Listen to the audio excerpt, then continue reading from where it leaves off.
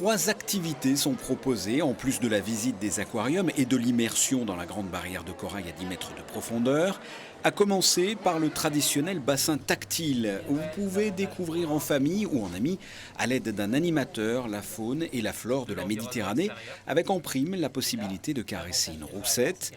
Une demi-heure dans le bassin tactile pour un coût de 36 € par famille, limité à 6 personnes. Ils ont l'air d'être seuls au monde dans la salle de conférence avec Immersive 360 degrés. Vous allez être équipé d'un casque de réalité virtuelle et vous allez plonger dans les eaux turquoises des Philippines avant de vous jeter dans le grand bleu et de suivre l'histoire d'un cachalot plein de poésie. Moins poétique mais captivant, dernière activité à la mode, le musée océanographique propose un escape game avec 2 formules, une de 30 minutes et l'autre d'1 heure.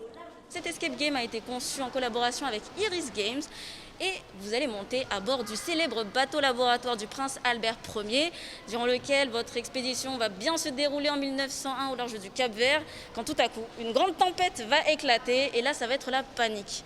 Votre mission va être de regagner le port sain et sauf avec le carnet du capitaine, puisque sinon, votre expédition n'aura servi à rien du tout. Pour votre information, le prince Albert Ier adorait les tableaux. Les enfants aiment ça, moi aussi, donc c'était l'occasion, on est venu visiter l'aquarium, il y en avait un escape game dans l'aquarium, pourquoi ne pas le faire? Ça fait passer le temps. Que ce soit le bassin tactile, Immersive 360 degrés ou l'escape game, il faut réserver en amont et ça a un coût en plus de l'entrée au musée.